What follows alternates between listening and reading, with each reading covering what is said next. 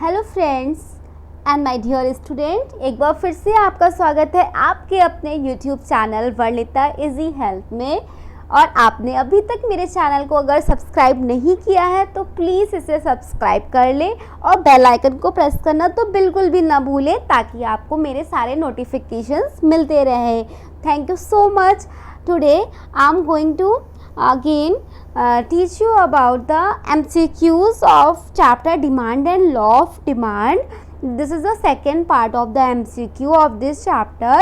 और आज की जो वीडियो है ये दोनों ही बोर्ड्स के लिए CBSE एंड ISC दोनों के लिए बहुत ही हेल्पफुल होने वाली है। प्लीज़ गाइज आप इस वीडियो को एंड तक देखिए और एंड तक देखेंगे उसी में आपका फ़ायदा है। और मैं यहाँ पर ये MCQs को डिस्कस कर रही हूँ demand and law of demand chapter के। मैं ऑलरेडी पूरा कंटेंट बना चुकी हूँ, सारी मैंने प्लेलिस्ट भी बनाई हुई है इस चैप्टर की। तो आप प्लीज़ अगर आपने अभी तक मेरे इस चैप्टर के वीडियोस नहीं देखे हैं तो आप प्लीज़ उन्हें वॉच करिए और फिर आप MCQs को पढ़िए, तो आपको जो कॉन्सेप्ट है वो आपको एकदम क्लियर हो जाएगा। क्योंकि MCQs को करने के लिए भी आपको टॉपिक क्लियर होना पहले बहुत ज़रूरी है। Okay, let us start. So today the question number 1 is the slope of demand curve is. अब ये क्वेश्चन मैंने कल के MCQs में भी डिस्कस किया था कि डिमांड कर्व का स्लोप कैसा होता है। तो ये देखिए, ये है हमारा डिमांड कर्व, ये है डिमांड कर्व, ये इसका स्लोप है। ये आप देख रहे होंगे कि राइट से लेफ्ट मीन्स ये डाउनवर्ड स्लोपिंग है।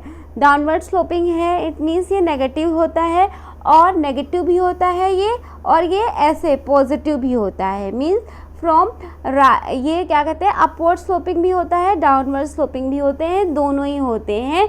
बिकॉज ये गिवन गुड्स के केस में अपवर्ड स्लोपिंग होता है और in rest of the cases it is downward sloping. So demand curve is both negative and positive. ये नेगेटिव भी होता है और पॉजिटिव भी होता है।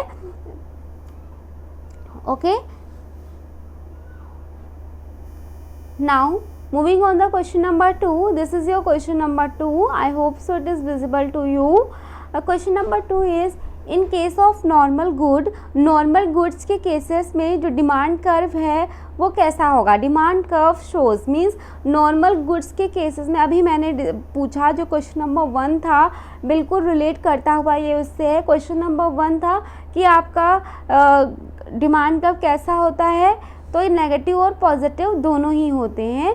और अब हम क्वेश्चन नंबर 2 की बात कर रहे हैं, तो उन्होंने पूछा यहाँ पे लिख दिया है कि नॉर्मल गुड्स के केसेस में डिमांड कर्व कैसा होगा। तो नॉर्मल गुड के केसेस में डिमांड कर्व कैसा होता है, नेगेटिव ही होता है। Always it is in negative sloping, because अगर प्राइस बढ़ेंगे तो क्वांटिटी डिमांडेड अपने आप डिक्रीज हो जाएगी।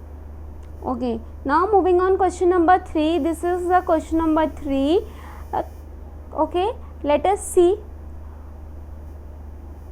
Question number 3 is law of demand must fail in case of. इन्होंने बोला अब इसमें से किस केस में लॉ ऑफ डिमांड फेल हो जाता है। लॉ ऑफ, तो सबसे पहले तो हमें ये पता होना चाहिए कि लॉ ऑफ डिमांड क्या होता है। तो मैंने इसके ऊपर पूरा एक वीडियो बनाया है, आप प्लीज़ उसे जाइए और लॉ ऑफ डिमांड को देखिए अच्छे से कि लॉ ऑफ डिमांड क्या है। मैं यहाँ पे शॉर्ट में बता रही हूँ। लॉ ऑफ डिमांड क्या शो करता है, law of demand shows inverse relationship show करता है प्राइस और क्वांटिटी डिमांडेड के बीच में।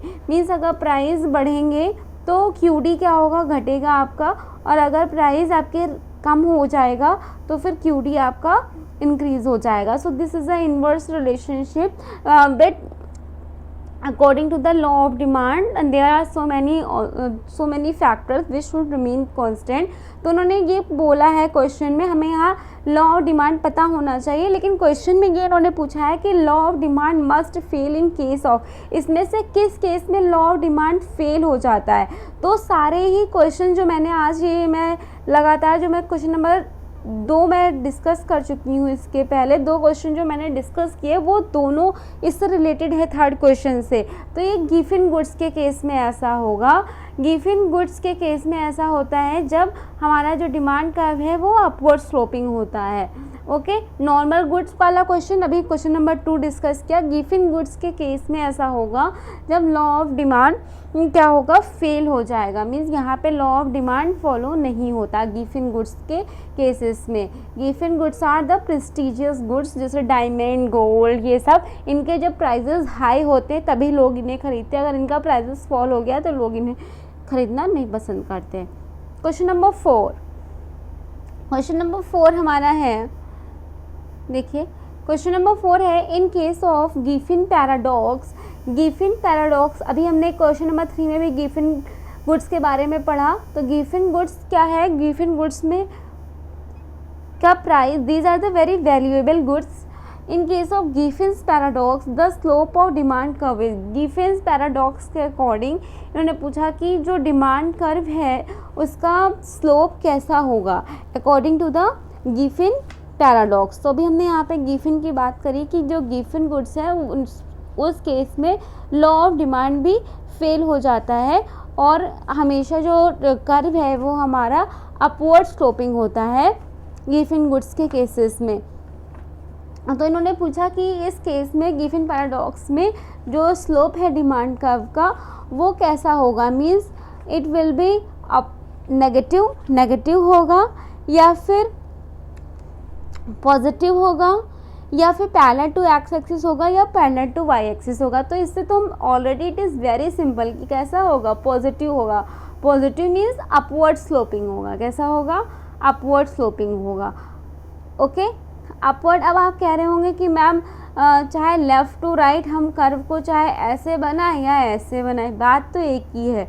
बात एक ही नहीं है, बात अलग है ऐसे, क्योंकि गिफिन गुड्स के केसेस में क्या होता है कि प्राइजेस के बढ़ने पर ही गुड्स को परचेज़ किया जाता है। ठीक है, तो इसमें ऐसे अगर प्राइजेस बढ़ेंगे तभी हमारा गुड्स परचेज़ होगा। ठीक है, तो just like it. Okay, now the question number 5 is how are the two goods, दो goods apple and orange related. दो गुड्स एप्पल और ऑरेंज एक दूसरे से रिलेटेड हैं। When as a result of rise in price of apple, demand for orange increases. जब Apple के prices बढ़ जाते हैं तो ऑरेंज की डिमांड इंक्रीज़ हो जाती है। तो ये किस गुड का केस है, सब्स्टिट्यूट गुड्स का, कॉम्प्लीमेंट्री गुड्स का, नॉर्मल गुड का कि इन्फीरियर गुड का। तो ये जो केस है ये हमारा है सब्स्टिट्यूट गुड का, because both of them are fruits and both can be use in place of each other. Okay, now the next question is, as a result of rise in consumer income, demand curve for कर्ज green या फिर बोले तो inferior good। इन्होंने यहाँ पे question put up किया है कि कोई एक कंज्यूमर है, अगर उसकी इनकम में राइज हो जाता है तो जो कर्ज ग्रीन है उसकी डिमांड क्या हो जाएगी, उसका डिमांड कर्व में जो बनेगा वो कैसा होगा। तो देखिए, becomes a horizontal straight line, एक स्ट्रेट लाइन बन जाएगी। Becomes a vertical straight line या वर्टिकल स्ट्रेट लाइन बन जाएगा, या तो फिर जो कर्व है वो राइट की तरफ शिफ्ट हो जाएगा या तो फिर जो कर्व है वो लेफ़्ट की तरफ शिफ्ट हो जाएगा। ये इन्होंने 4 कंडीशंस दी हैं। तो इसमें से अगर हम आंसर देखें तो इन्फीरियर गुड्स, इनकम और इन्फीरियर गुड्स में कैसा रिलेशनशिप होता है, दोनों में इन्वर्स रिलेशनशिप होता है। मीन्स अगर किसी भी कंज्यूमर की इनकम राइज होती है तो वो कंज्यूमर कर्ज ग्रेन को या फिर इन्फीरियर गुड्स को की क्वांटिटी डिमांड करना क्या कर देता है, कम कर देता है। तो सपोज डैट इसका आंसर हमारा होगा shift to the left, leftward shift हो जाएगा। जो डिमांड कर्व है वो कहाँ शिफ्ट हो जाएगा, लेफ़्ट वर्ड शिफ्ट हो जाएगा। कैसे, मैं आपको बताती हूँ पूरा बना के। सपोज डैट ये है हमारा कर्व, ठीक है, ये जस्ट अ मिनट, मैं आप यहाँ बता रही हूँ। सपोज डैट कोई कंज्यूमर है, पहले वो उसकी इनकम जब कम थी तो वो सिर्फ 4 यूनिट्स का कंजम्पशन, 4 यूनिट कंज्यूम करता था कर्ज ग्रेन की, ठीक है।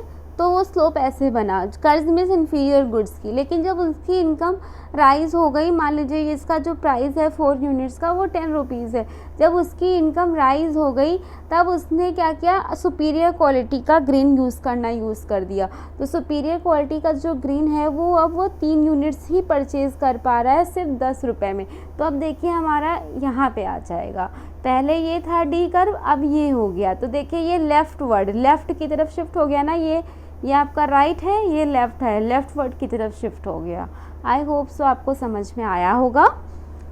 Okay, the question number 6 is if 2 goods are complementary then rise in the price of one result इन।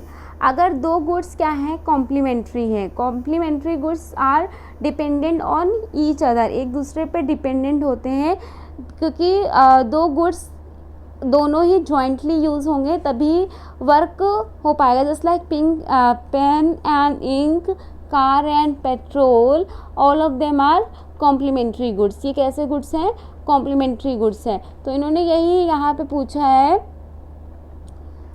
कि अगर 2 गुड्स कॉम्प्लीमेंट्री हैं then rise in price of one, अगर किसी एक का प्राइस बढ़ जाए तो दूसरे के ऊपर क्या रिजल्ट पड़ेगा, तो यही रिजल्ट पड़ेगा कि एक का अगर प्राइस बढ़ जाएगा तो दूसरा कॉम्प्लीमेंट्री गुड्स है उसकी जो क्वांटिटी डिमांडेड है वो ऑटोमेटिक घट जाएगी। तो क्या होगा, fall in demand for other हो जाएगा। अब कैसे, इसको हम देखें अगर एग्जांपल के थ्रू। सपोज डैट, मान लीजिए कि ये कार है, ये पेट्रोल है, दोनों ही क्या है, कॉम्प्लीमेंट्री है। अगर कार के प्राइसेस बहुत ज़्यादा हाई हो जाएंगे तो पेट्रोल की जो डिमांड है या जिससे जो भी फ्यूल है वो क्या होगा, कम हो जाएगा। या पेन अगर बहुत महंगे हो जाए तो इंक की डिमांड अपने आप से लो होने लगेगी। ब्रेड अगर बहुत महंगी हो जाए तो बटर को कोई पूछेगा ही नहीं, मीन्स बटर की क्वांटिटी डिमांड अपने आप से लो हो जाएगी। तो कॉम्प्लीमेंट्री गुड्स के केसेस में अगर एक का प्राइस क्या होता है, अगर एक का प्राइस बढ़ेगा तो दूसरे का क्या होगा, दूसरे गुड्स की डिमांड में फॉल हो जाता है। ओके, नेक्स्ट क्वेश्चन, पता नहीं शायद हाँ एक और क्वेश्चन है इसके बाद। So this is the second last question.